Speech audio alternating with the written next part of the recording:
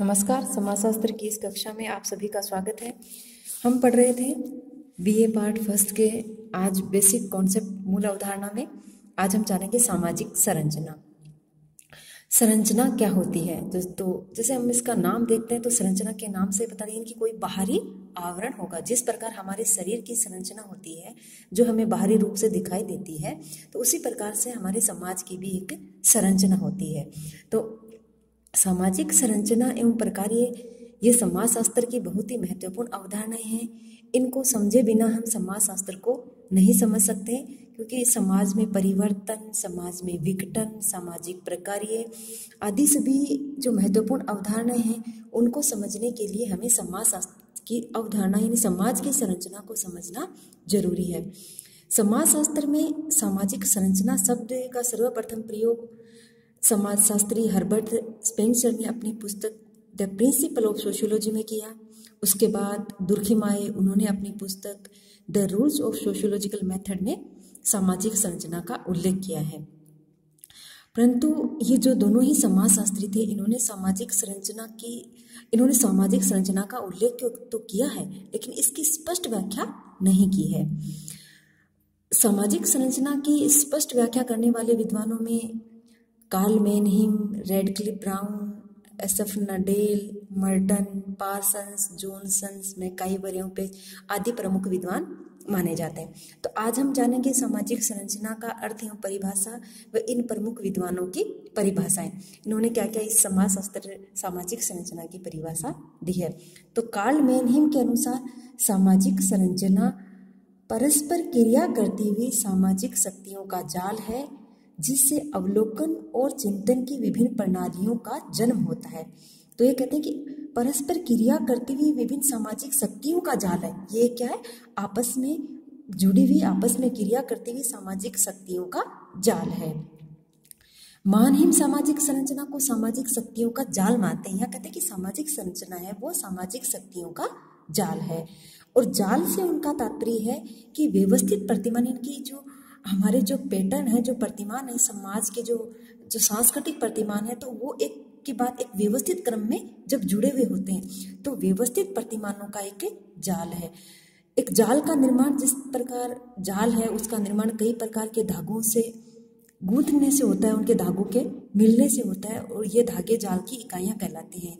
जब इनको हम क्रमबद्ध और व्यवस्थित रूप में जमाते हैं तो ये एक जाल बन जाता है।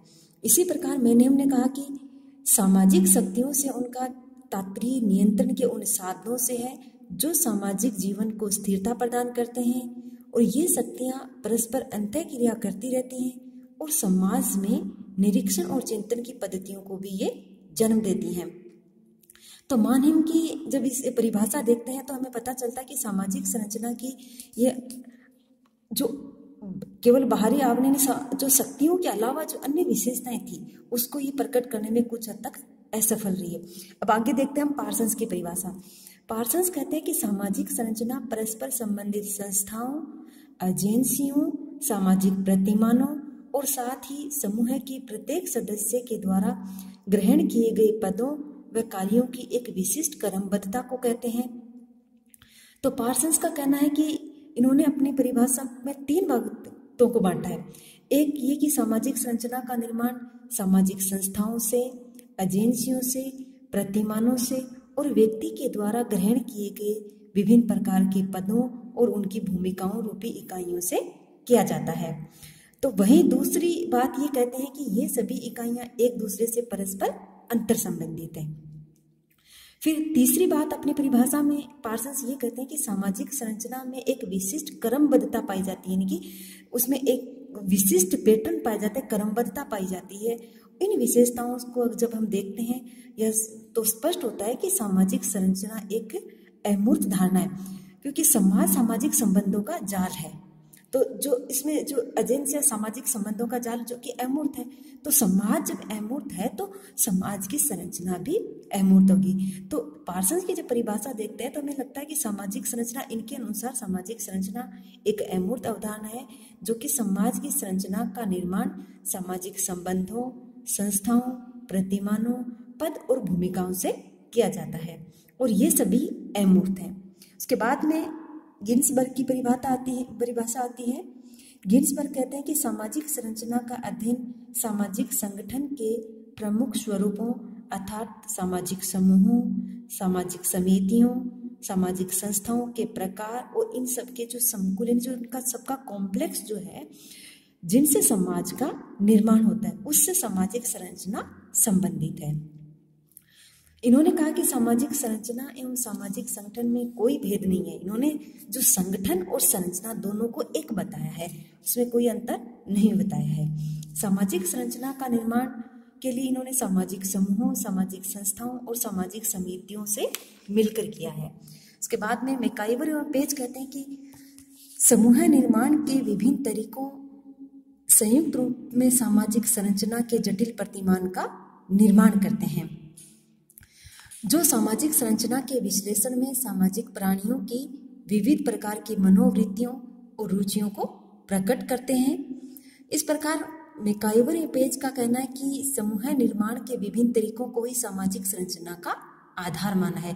जो सामाजिक समूह निर्माण के जो विभिन्न तरीके हैं, उन्हीं को इन्होंने सामाजिक संरचना के निर्माण का तरीका माना है, आधार माना है। ये सामाजिक संरचना को अमूर्त मानते हैं, क्योंकि हमारा जो समाज है वो सामाजिक संबंधों से बना हुआ और संबंध अमूर्त है। इस प्रकार सामाजिक संबंध अमूर्त है, तो अतः हम कह सकते हैं कि न तो हम सामाजिक संरचना को देख सकते हैं और न ही देख सकते हैं। सामाजिक संरचना हमें देख सकती है। हम समाज को देख नहीं सकते, उसके बाह्य पक्षों को भले ही देख लें, क्योंकि समाज मानवीय संबंधों का एक संगठन है जो कि मनुष्यों के द्वारा ही बनाया जाता है। समाज हमेशा स्थिर रहता है और उसके द्वारा सदैव ही परिवर्तित किया जाता है। इसके बाद मजूमदार और मदान कहते हैं कि पुनरावृत्तीय सामाजिक संबंधों के तुलनात्मक स्थायी पक्षों से सामाजिक संरचना बनती है। तो ये कहते हैं कि सामाजिक संबंध जब बार बार दोहराए जाते हैं और तुलनात्मक रूप से जब ये संबंध स्थायी हो जाते हैं, तो वे सामाजिक संरचना का निर्माण करते हैं।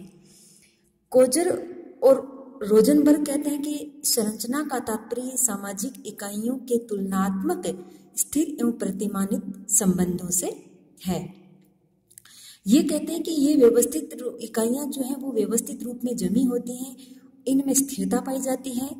ये जैसे सामाजिक समूह है, सामाजिक संस्थाएं, विभिन्न प्रकार के पद, परिस्थितियां और प्रतिमान भूमिकाएं आदि सभी सामाजिक इकाइयां हैं। और जब ये इकाइयां तुलनात्मक रूप से स्थिर और एक दूसरे से व्यवस्थित रूप से जुड़ी हुई होती है, तो वे सामाजिक संरचना का निर्माण करती हैं। फिर हैरियम जॉनसन कहते हैं कि किसी वस्तु का ढांचा यानी कि जो संरचना होती है, बाहरी उसके अंग, उसके जो पार्ट होते हैं, कि अपेक्षाकृत स्थायी अंतर संबंधों से निर्मित होता है। लेकिन जो बाहरी जो आवरण होता है वो शरीर के जो आंतरिक जो अंग होते हैं उनके आपस में जुड़ने से बाहरी आवरण यानी ढांचे का निर्माण होता है। और स्वयं अंग शब्द से ही कुछ स्थायित्व के अंश का हमें पता चलता है। सामाजिक प्रणाली क्योंकि लोगों के अंतर संबंधित कृत्यों से निर्मित होती है, तो इसका ढांचा भी इन्हीं कृत्यों में पाए जाने वाली नियमितता और उनकी पुनरावृत्ति के अंशों में हमें देखने को मिलता है। जब हम जॉनसन की इस परिभाषा को देखते हैं तो इससे ये पता चलता है कि प्रत्येक संरचना कई इकाइयों या अंगों से मिलकर बनती है। तो इनकी संरचना में अनेक कई अंग होते हैं, उनसे मिलकर के जब सामाजिक संरचना का निर्माण होता है और ये अंग आपस में परस्पर रूप से स्थायी होते हैं। और स्थायित्व के अभाव में न तो संरचना लंबे समय तक बनी रह सकेगी और न ही विभिन्न प्रकार के अंग एक दूसरे को परस्पर सहयोग दे पाएंगे। अतः सामाजिक संरचना है वो स्थायी पाई जाती है। सामाजिक संरचना का निर्माण भी लोगों के द्वारा परस्पर संबंधित क्रियाओं के द्वारा किया जाता है। और जब ये क्रियाएं बार बार दोहराई जाती हैं तो इनमें एक हमें क्रमबद्धता देखने को मिलती है। फिर SF नाडेल कहते हैं कि समाजशास्त्री साहित्य में सामाजिक संरचना शब्द का प्रयोग अनेक अर्थों में हुआ है। जिससे कोई इसको व्यवस्था के रूप में प्रयोग भी करते हैं, संगठन के रूप में भी करते हैं, सामाजिक संकुल के रूप में भी करते हैं, सामाजिक प्रतिमान के रूप में भी करते हैं, एक प्रारूप यानी प्रोटोटाइप के रूप में भी इस शब्द का हम प्रयोग करते हैं।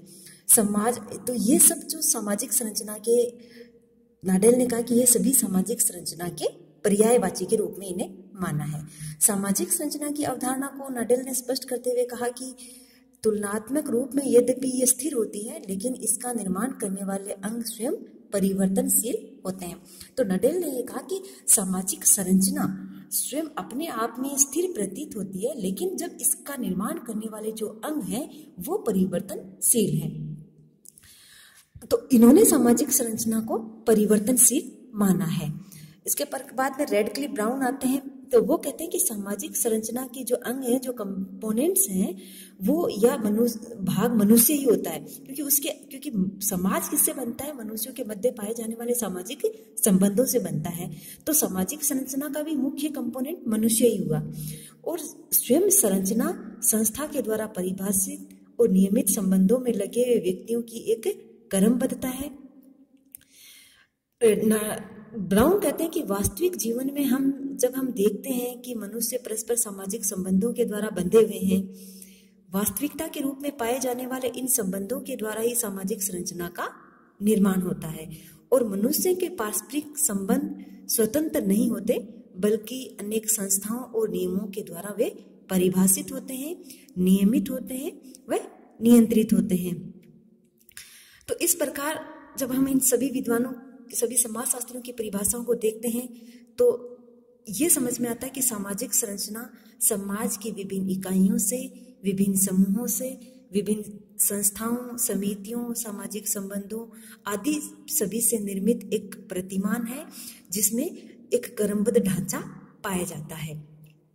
धन्यवाद।